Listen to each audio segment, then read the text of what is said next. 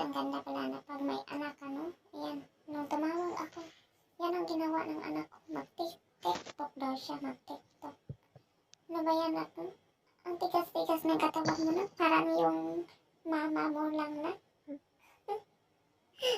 Ganun ba yun? Parang ako lang din yan ah. Tigas ng katawan. Giroy, Kasayo marites. lang, okay na yun. Ang saya-saya na din, saya-saya ko na din na, diba? Yan pala Marites ang ka. bahay namin, kwarto namin.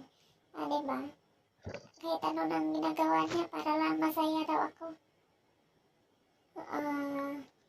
Ang ligalig ng nag-iisa kong anak. Yan, diba? Tak, tak, tak, tak. Para ka talagang yung nanay mo na.